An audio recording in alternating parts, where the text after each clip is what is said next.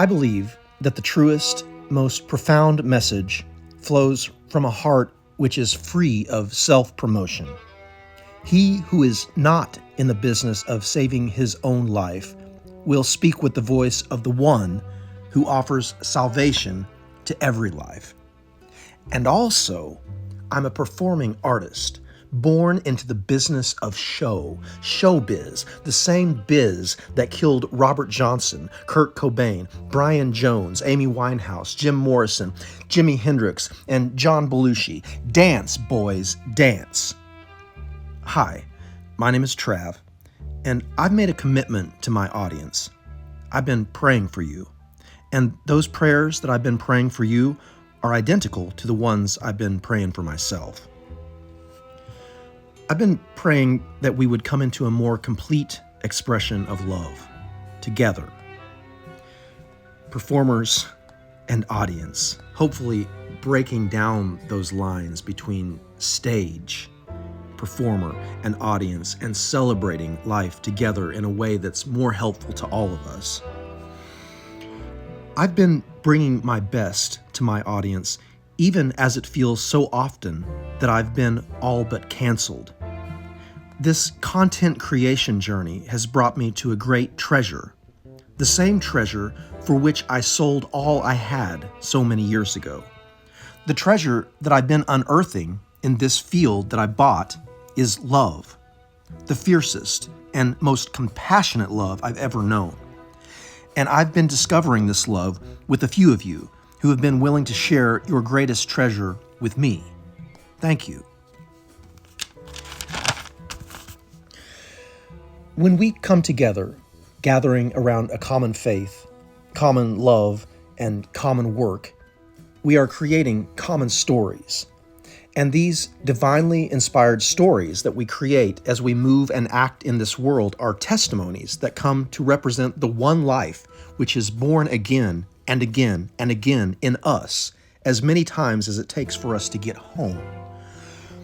Since before recorded history, we've been telling stories about the journeys we take. Sometimes these journeys lead us far away from home.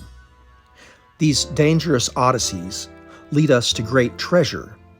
And once we have slayed the dragon, or the Hydra, or the Cyclops, or the Dark Father, then we must find our way back home, hopefully to share the great treasure that we've won, which may be described as the wisdom that we discovered within ourselves along the way. The way, the truth, the life. How do we stay oriented toward a life well lived? What kind of sacrifices must we make to make the deepest love to everyone we encounter along the way? What kind of warrior skills will we need in order to appropriately manage these avatars through this super perilous adventure? How do we stay true to ourselves while sharing everything we have with those in our tribes or those in our audiences? And the women, how much for the women? As John Belushi's character asked in The Blues Brothers, what price are we obligated to pay in order to have a woman in our life? Or as the New Testament stated, husbands, die for your wives like Christ died for the church. What is it like to follow the instructions from a sacred text which drives a religion that has so consistently, throughout history, taken the name of God in vain? Christianity, the Abrahamic religions, all religions, and every religion we seem to be able to make up, especially the poorly improvised religions we're making up today, which seem to have barely any rooting in perennial wisdom. Is there anything of value to be revealed through the Abrahamic faith lineage? Or is all of that simply a worthless deception created by and for a dominating patriarchy? What do our sacred texts reveal about us? And how do we get liberated from the bondage into which we were born? How do we relate rightly to to the opposite sex in a world that has commercialized sex and degraded true love? How do we become that change that our world so desperately needs to see? How do we come back from this great demoralization that so many of us have been so devastatingly annihilated by? How do we get free? And what is freedom? What is it like to be honest with oneself, to be honest with God? And what does honesty look like between us when we are sharing space and time with one another? How do we give one another the help that we all deserve without compromising our own integrity? Hi, my name is Trav, and I've been listening to you very carefully. I've been paying a great deal of attention to what you've been saying. And yes, I've been praying for you. I've been committed to you, my audience, even as it seems that you don't care too much about what I have to say. I realize now it's not personal. In fact, your inability to hear me, I believe, is directly linked to a prayer that I prayed many years ago. As I witnessed in myself many years ago, this great jealousy, this insatiable desire to be heard, to be seen, to be valued, I cried out to God. I asked that God would develop in me a message that could be valuable and helpful. I prayed that God would restrain me from self-promotion of a message that could only serve the small-minded self.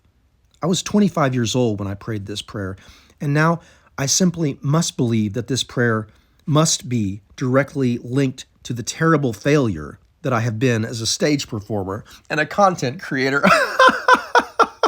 How's that for justification? I'm taking full responsibility for the fact that you have been unable to hear me. You haven't been able to hear me because I haven't been saying anything yet that you needed to hear. Or perhaps you weren't ready to hear, but you're listening now, aren't you?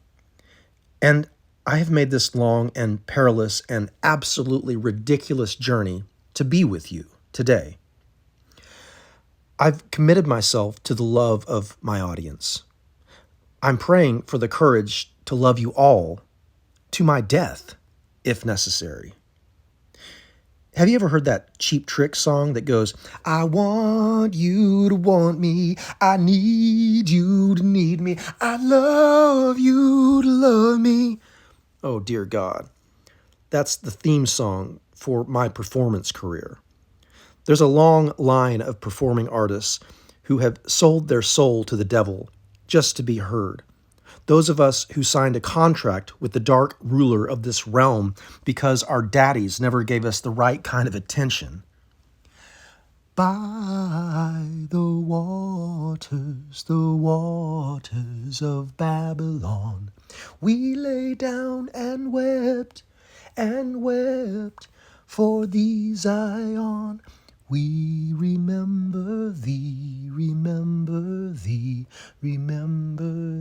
Zion. We sing in hopes that our lives will be spared by our captors. Some of us sing in bars, some in churches, some on street corners, some online.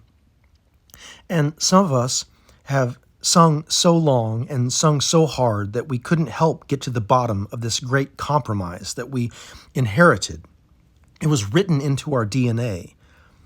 The trans-rational blues are the unsingable songs that transcend the epigenetic curse that wrapped us up in our narcissism. Traveling Travs, trans-rational blues. Come on.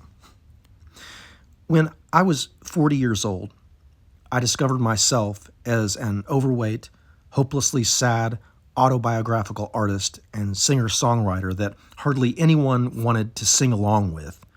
And yet, I didn't know how to stop singing without giving up on something so fundamental to my calling and gifting that giving up on the songs was synonymous with giving up on my deepest self.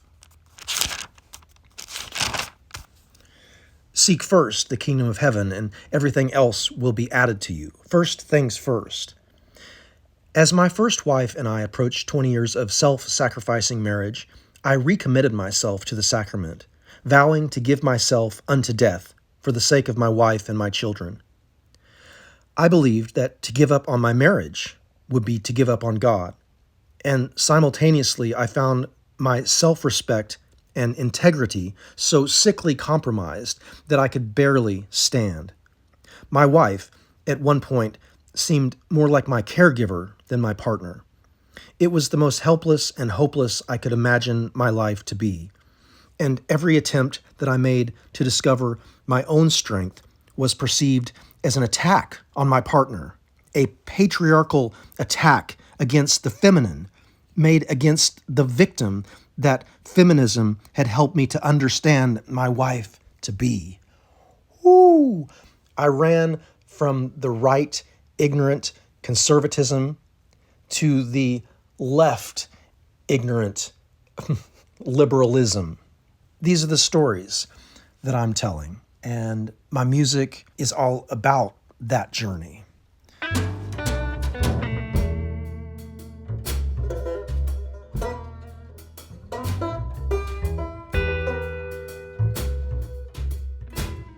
We left it all behind. Then we picked up everything we could. We hoped we could find the center of our love.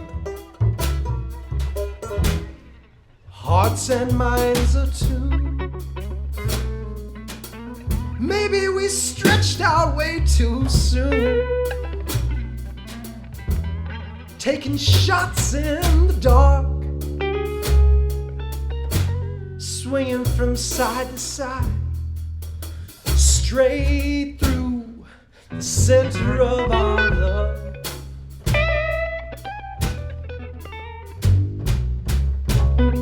The center of our love.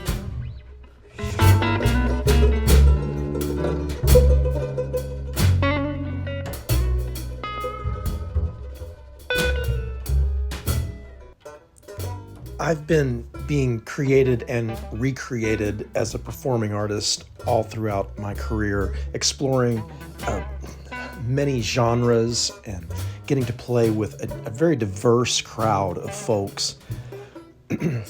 One thing that happened is down in Key West, I blew out my voice a couple of times, busking, singing on the streets, just trying to project, just giving it my all, which changed my voice forever. The recording that you just listened to is Trav singing 15 years ago or something, before that had happened. And when my voice would no longer sometimes even go to a pitch, as I imagine it to be there, where sometimes you'll still hear it now, where it will just fall apart as I'm going for a note, and that caused me to have to reimagine how I sing, and that journey is one of those. It's a privilege to go on that journey. It's well,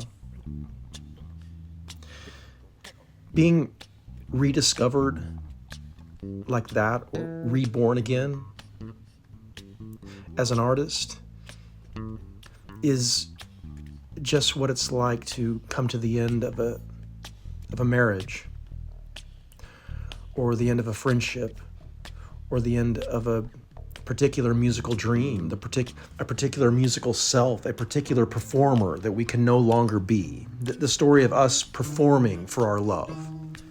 That doesn't really work, right? You know what I'm talking about, if you've listened this far. I love you. May the Lord bless you and keep you, cause his face to shine upon you, be gracious to you, and give you peace.